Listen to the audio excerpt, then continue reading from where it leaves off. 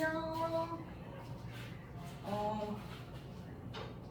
신소재 두 번째 시간이에요. 여러분 교과서는 73페이지 쓰시면 되고 책에 나와 있지 않는 신소재들도 있거든요. 그 중에 하나가 지금 저기 써있는 액정인데 저거는 그냥 선생님이 탄생한 거 위주로 해서 보시면 됩니다. 그럼 바로 시작을 할게요. 자, 전 시간에 뭐였지? 반도체, 그다음에 초전도체를 배웠는데 세 번째가 이제 액정이죠. 여러분 아마 많이 들어봤을 거예요. 그죠? 여러분 쓰고 있는 그 핸드폰 같은 경우에도 화면에 액정이라는 용어도 좀 들어가고, 그 다음에 이따가 뭐 설명하겠지만 여러분 그 계산기 보시면 숫자 이렇게 누르고 위에 이렇게 숫자 뜨는 공간 있잖아요. 그 계산식 나오는 부분, 그 부분들도 그 표시창이라고 하는데 그것들도 지금 현재 액정을 쓰고 있어요. 그래서 그럼 액정이 도대체 무엇이냐 한번 봅시다. 액정은 줄임말이야. 줄임말. 이게 리퀴드 크리스탈이라고 해서 액체 결정인데 그 중에 이제 단어를 뽑아와가지고 만든 용어라고 생각하시면 됩니다. 얘는 액체 결정이야.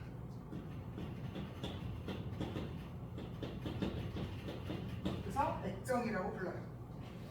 그럼 왜 이렇게 부르냐? 보시면 일단 여기다가 정의한 거 보시면 아마 알겠지만 얘는요 되게 특이해요. 구조물 자체가. 우리가 원래 상태라는 것은 딱 한 종류 이렇게 존재하고 있어야 되잖아. 보통 우리가 표준 상태라고 하면은. 그런데 얘는 그렇지 않아요. 보시면 우선 가늘고 긴 분자가 여러 개가 배치되어 있습니다. 되게 얇고요, 되게 길어요. 이 분자가 거의 일정한 방향으로 나란히 배열되어 있어. 그리고 얘가 여기 나와 있는 것처럼 고체와 액체의 성질을 모두 다 가지고 있어요. 그래서 액체 결정이라는 용어가 나온 거예요. 원래 결정이라는 단어 자체가 고체에다가 붙이는 명칭이거든요. 근데 액체가 결정을 해. 이상하잖아. 왜 그래? 고체 성질을 가지고 있어요. 그러니까 약간 느낌이 부드러운, 말랑말랑한 이런 느낌을 생각하시면 좋을 것 같아요. 고체인데. 그래서 이거를 활용한 대표적인 것이 이제 이 디스플레이, 액정 디스플레이고 LCD라고 해서 요즘 우리가 쓰고 있는 화면들은 LED가 많아, 얘들아.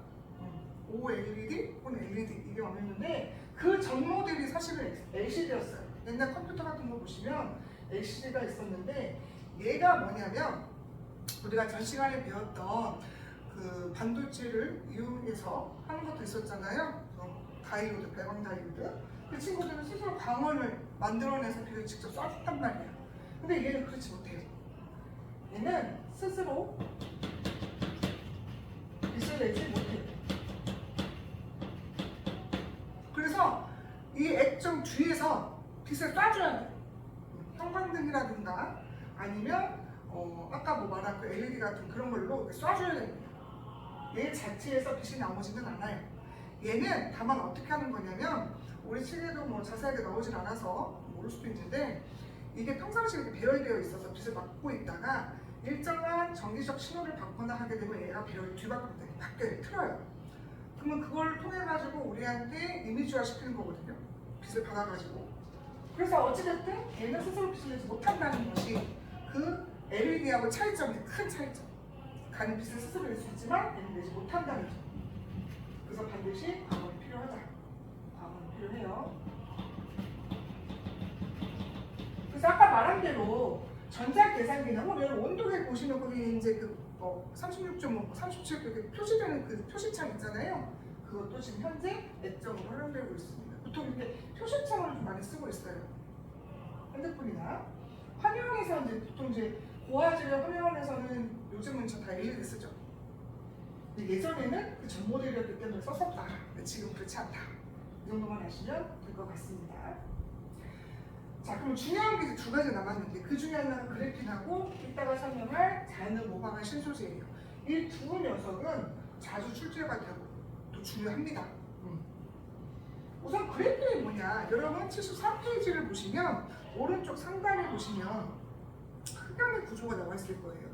흑연이 좀 독특한 친구인데 탄소로 되어 있는 구조물이거든요. 그런데 얘가 가로 방향은 그러니까 어쨌든 탄소니까 원자과 전자가 4개잖아요. 그럼 4개 중에 3개만 공유결합을 해요. 이 흑연이라는 친구는 세 개만 공유를 한다. 한 개가 남죠. 얘가 이제 자유전자체 막 돌아다니는 거예요. 그래서 비금속임에도 흑연은 전기 전도성을 가지고 있다라고 우리가 배운 겁니다. 예전에 선생님이 주별급 막 설명하면서 이거 나중에 배울 거라고 얘기했었잖아요. 여기 나오는 거죠. 탄소로 되어 있어서 원자과 전자는 4개지만 3개만 공유결합에 참여하고 하나는 참여하지 않는다. 이것 때문에 전기가 통한다. 그런데 어떻게 되어 있냐 이게 그러면 가로 방향으로는 3개가 공유결합으로 형성되어 있기 때문에 단단해요. 가로 방향만. 단 위아래가 층층이 겹겹이 그냥 쌓여만 있어요.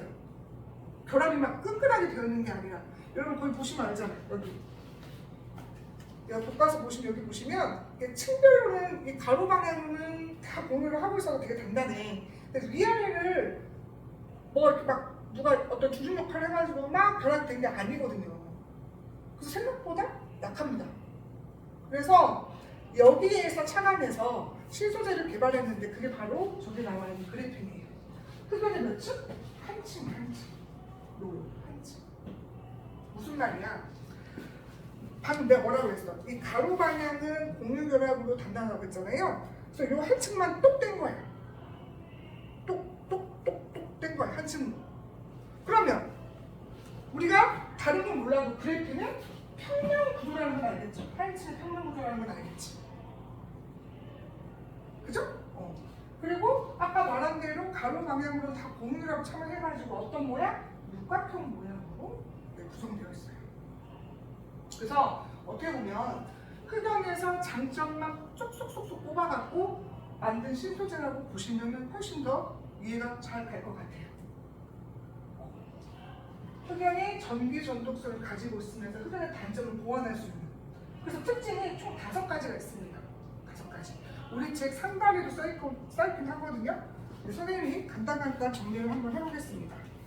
우선 여러분 73페이지 여기 보시면 위에서 4번째 줄부터 특징이 이제 언급되어 있는데 첫 번째가 뭐냐? 겁나게 단단해요. 누구보다? 강철보다. 거기 써있잖아. 200대보다 그거. 그래서 강철보다 매우 단단하다.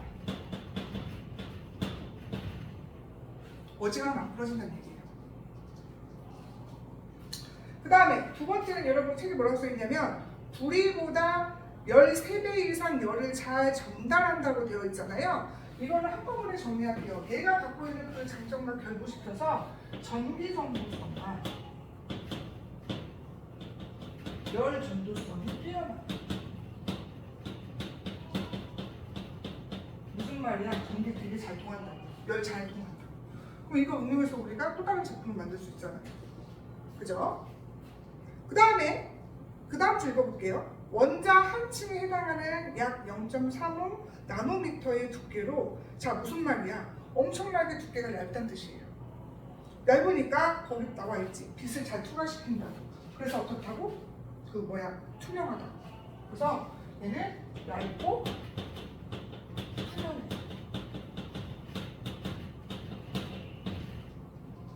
한 층이니까.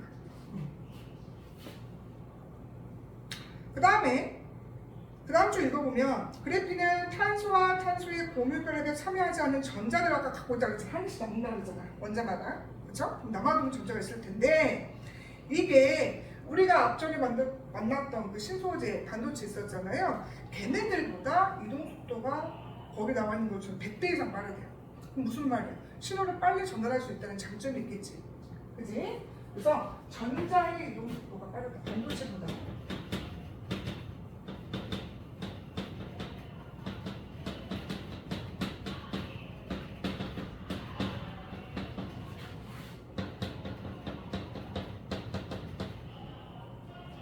마지막으로 얘는요 결합력이 엄청 크단 말이야.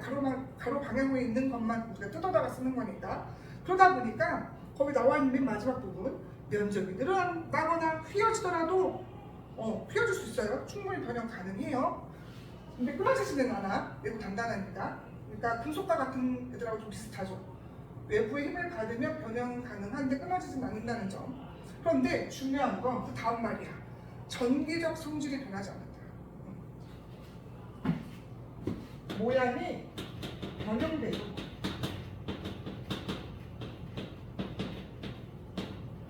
전기적 성질, 즉 얘가 원래 갖고 있는 성질도 있잖아요. 그런 것도 안 변해. 유지하면서 모양만 바뀌는 거야. 그 전기적 성질은 변하지 않는다. 그래서 잘 보시면 장점이 엄청 어마무시하죠? 그죠? 그래서 요거 좀 활용하는 소재들이 요즘 이제 속속속속 나오고 있기는 한데 아직은 엄청나게 상용화하고 이렇게 쓰고 있지는 않아요. 좀 더 연구가 좀 필요하고 하긴 하는데 이제 앞으로 더 기술이 발달하면 정말 활용 가치가 좀 높겠지. 그죠? 그래서 여기 보시면 휘어지는 디스플레이, 차세대 반도체 소재, 에너지 정보 소개, 뭐 아니면 열과 관련된 소재, 여러분 73페이지 가운데쯤 보시면 그래픽을 활용하는 분야들이 이렇게 나와 있을 거예요. 이거 활용해서 한번 보시면 될 것 같고요. 끝난 거 아니에요? 옆구리 보시면 이 탄소의 또 다른 복합 소재들이 있거든요. 두 가지가 나와 있는데 그게 바로 여기 파란 부분. 탄소 나노튜브랑 플러렌이라는 용어가 있습니다. 이 탄소 나노튜브는 뭐냐면 예를 들면 여러분 이게 한 층이잖아요. 이게 만약에 그래핀이야. 그러면 이거를 이렇게 사선으로 돌돌돌돌 이렇게 말려볼게요.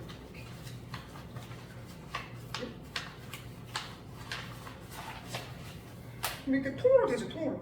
이렇게 원통 모양으로. 저 나노튜브가 이런 모양이에요. 그래핀을 사선 방향으로 이렇게 기울여가지고 원통으로 만드는 거예요, 원통.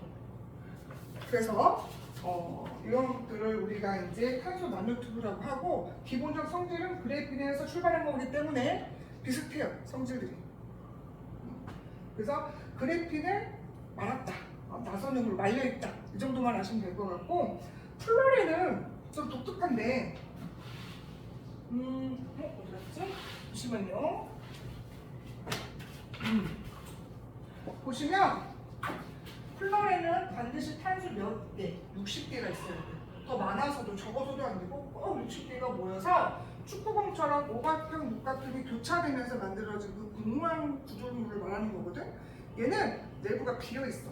비어있어서 그 빈 부분에다가 중요한 뭐 바이러스라든지 의약품이라든지 이런 걸 운반할 수 있는 운반재로 주로 씁니다. 우리 책에도 여기 옆에 보시면 이게 공모양 보이죠? 이게 플러렌. 그래서 꼭 탄소가 60개 있어야 됩니다. 60개는. 얘는 뭐 개수 상관없고요. 이제 이거는 당연히 이제 큰 연구소 많이 있는 거고 얘는 정확하게 60개가 있어야 된다는 점 유의하시면서 공부하시면 될 것 같습니다. 아시겠죠? 이런 것들이 더 기술들이 발달해가지고 우리가 이제 다룰 수 있으면 더 좋을 것 같고요. 이제 마지막 부분, 두 번째 중요한 부분, 자연을 모방한 신소재. 여기는 뭐 여러분 아마 유추 가능할 거예요. 지금 7가지야. 그리고 얘가 이걸 갖고 어떤 신소재가 만들어지는지를 매치하는 방법. 그걸 알아야 되겠죠. 그죠? 아마 우리 책에는 여러분 한 장 넘기시면 74페이지, 5페이지 해가지고 자연을 모방하여 만든 신소재 이렇게 나와 있는데 다 나와 있지 않더라고. 그래서 선생님이 조금 보강을 해가지고 7가지를 준비를 했습니다. 저기 나와 있는 것처럼. 자, 그래서 첫 번째, 독고마리 열매라는 게 있어요. 독고마리 열매.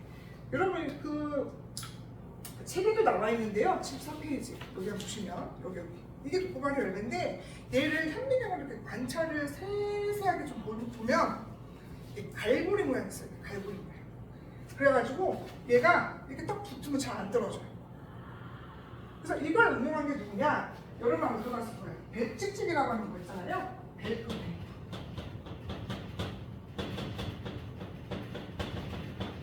나중에 한번 보세요. 얘도 실제로 우리가 지금 쓰고 있는 슬리퍼나 이런 거 있잖아. 그런 거에서 쓰고 있는 그 벨크 테이프를 자세히 보시면 뭔가 까슬까슬하면서 갈고리 모양으로 되어 있어요. 그래서 딱 붙이면은 잘 떨어지지 않게. 물론 오래 사용하면 떨어지겠지만 그거는 이래 두고. 그래서 독고마리 열매를 이용한 그 모습을 모방한 거죠. 그래서 만든 게 지금 현재 우리가 쓰고 있는 벨크 테이프 찍찍이 이렇게 생각하시면 되겠습니다. 자, 두 번째, 홍합의 족사라고 있는데요. 여러분 그 홍합이 어디 사는 줄 알아? 얘가 바위에 살아요. 자연산 양식 말고. 그래서 바위에 딱 달라붙어가지고 손으로도 잘 안 뜯어져요. 이거 약간 홈이나 이런 나서 이렇게 끊어야 돼요. 그런데 생각을 한번 해봐. 바위에 사는데 근데 파도 치잖아. 그럼 원래 파도에 밀려서 떠내려갈 법도 한데 거기에 착 붙어있거든. 그게 저 족삭되는 거예요. 접착력이 엄청 우수해요. 그래서 요거를 이용하고 만든 게 물속에서 쓸 수 있는 수중 접착제입니다.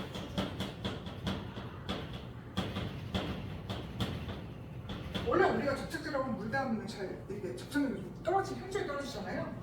근데 홍합의 족사 같은 이걸 이용해서 만든 접착 단백질이라는 게 있습니다. 이걸 응용해서 만들어서 만든 접착 물질인데 저 같은 경우는 물속에서도 잘 붙게 도와주고 있는 거죠. 혹은 여러분 이제 조금 나아가면 의료용에서도 씁니다. 의료용. 우리 집 안 나오죠? 생체 접착제. 그래서 여러분 신체에서 뭔가를 접합시킬 때 쓸 수 있는. 왜냐면 어차피 생물이니까, 그렇죠? 크게 인체 유해하지는 않을 거 아니에요? 그래서 거의 여기에 더 치중됩니다. 그 다음에 연잎. 여러분 연잎 봤어요? 지금 원대 쪽에 있으려면 모르겠네요. 이게 엄청 큰 잎이잖아요. 거기에서 비가 내리나 물이 떨어지는 그 모습을 보면 물이 딱 붙어있는 게 아니라 또르르 떨어져요. 또르르 무슨 말이에요? 잎에 거의 적셔갖고 있는 게 아니라 잘 보시면 그 표면 위에서 약간 이렇게 그냥 이렇게 얹어있는 느낌이에요. 딱 되어 있는 게 결합되어 있는 것이 아니라 그 구조물, 연잎의 표면 구조 때문에 얘는 그냥 표면 위에 이렇게 있는 구조라고. 그러다 보니까 기울어지면 게 또르르 떨어지거든요. 그래서 그럼 왜 그런가 했더니 이런 거예요. 표면이 이렇게 있으면 여기 이제 돌기가 나왔어요. 그리고 여기에 물 분자가 이렇게 떨어진 상태입니다. 그렇기 때문에 기울이면 또르르 하고 떨어져서 물이 잘 안 붙어요. 젖지 않는다는 뜻이지. 그치? 그래서 이거 같은 경우에는 방수가 되는 옷들 있잖아요. 방수가 되는 옷. 혹은 여러분 엄마들, 아빠들이 차 운전하시면서 그 앞에 유리지 앞유리 거기에도 물이 막 묻으면 안 보일 거 아니에요? 그래서 거기다가 사용하는 유리 코팅제가 있습니다. 이걸 쓰게 되면 물이 또르르 하면서 금방 날려요. 묻히는 게 아니라. 그래서 이런 것들이 이제 우리가 쓰고 있다. 그래서 연잎 같은 경우는 저 돌기가 나와 있어서 저 물 분자가 그냥 딱 얹어 있는 느낌이에요. 자, 그 다음에 네 번째가 백고도마뱀의 발바닥. 우리 책에 없죠? 있네요. 이 백고도마뱀 발바닥을 보시면 여기에 삐세야 아주 작은 성모, 약간 털 같은 역할을 하는 애들이 있는데 얘가 되게 잘 붙어. 백고도마뱀을 나중에 찾아보시면 알겠지만 벽이 엄청 잘 붙어요. 발바닥 때문에 그렇게 붙을 수 있는 거거든. 그래서 얘도 마찬가지로 이 발바닥을 응용해서 만든 시소제가 있다. 그게 바로 데코 테이프예요. 선생님, 데코 테이프가 뭐예요? 여러분이 지금 일반적으로 쓰고 있는 테이프 말하는 거예요. 그 다음에 다섯 번째, 거미줄인데요. 여러분, 거미줄, 우리가 이제 자연에서 보는 거미줄들은 그렇게 막 겹겹이 되어 있는 게 아니니까 되게 약해 보이잖아. 근데 실제로 이 거미줄을 엄청나게 응축해서 하게 되면 되게 탄력성이 있고 단단해요. 그래서 보통 이거를 어디에 쓰냐면 인공 흙줄.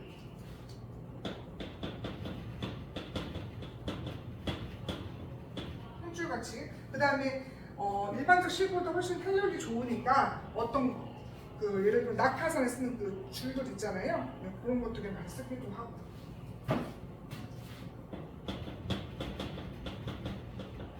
방탄불도 쓰기도 하는데 이제 탄력성이 좋고 이게 응축을 시키면 단단하대. 그래서 거미줄을 이용한 방법이 이런 것들이 있다. 그 다음에 상어 비늘. 상어 여러분 우리가 또 상어를 맨날 화면이나 이런 것만 봐서 표면을 보기 쉽지는 않거든요. 근데 상어도 약간 보시면 이쪽 이런 코 부분이나 이 표면에 얘네들 같은 경우에도 뭐가 있냐면 누구처럼 연잎의 표면처럼 이렇게 돌기가 나왔어요. 그래서 물에 오면 물을 이렇게 살포시 미끄러서 보내버려요. 그러다 보니까 이걸 응용해서 물의 저항력을 우리가 줄일 수 있거든요. 이걸 응용한 게 전신 수영복입니다. 그래서 여러분 그 수영 선수들이 없는 그 검은 옷 있잖아요. 전신 수영복이라고 할 수 있는 거, 되게 탄력성이 좋은 거. 그 표면을 잘 보시면 미세하게 돌기가 나와 있어요. 그래서 물의 저항력을 최소화해서 최대한 빠른 속도로 헤엄칠 수 있게 만든 옷이라고 생각하면 됩니다. 상당히 고가라고 해요. 우리가 일반적으로 입는 그 원피스나 일반적 수영복하고 좀 달라요, 재질이. 그런 것들. 그 다음에 모르포 나비. 선생님 이것도 실제 본 적은 없습니다. 이것도 나도 영상을 본 건데 모르포 나비라는 종이 있나 봐요. 근데 얘가 되게 특이한 게 뭐냐면 색소는 없어요. 색소는 없는데 빛을 쏴주면 그 빛을 쏴주는 방향에 따라서 색이 다양하게 나타나요. 그래서 내가 정말 그 당시에 빛을 얼만큼 받았느냐, 어떤 각도로 받냐에 따라서 옷 색깔에 적용을 시켜가지고 다양하게 뽐낼 수 있거든요. 그래서 이제 우리 책에도 아마 여기 나왔을 거예요. 74페이지 하단에 보시면 모르포 텍스 설명하는 게 있어요. 모르포 텍스 이거 조금 보시면 모르포. 그래서 여러분 거기 한번 보세요. 여기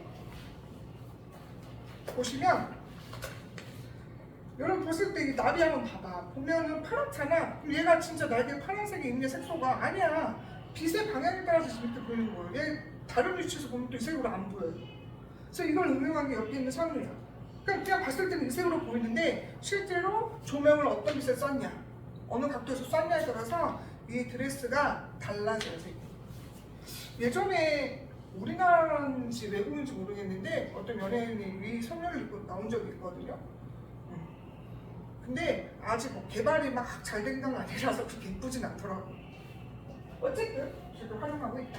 그래서 다시 한번 얘기하지만 다 중요하죠. 다 중요한데 그래픽의 이런 특징들, 그죠? 그다음에 자연을 모방한 신소재 이런 것들은 딱 봐도 외울 내용도 많고 공부할 내용도 많잖아, 그지? 그래갖고 여러분이 이 수업을 통해 가지고 잘 마스터했으면 좋겠습니다. 그 다음에 이제 자세한 것들, 나머지 관련된 문제들이나 이런 것들은 수업 시간에 정리를 해줄 거니까 여러분 꼭 이 영상 보시고 마무리하셨으면 좋겠습니다. 그럼 고생 많았어요. 안녕.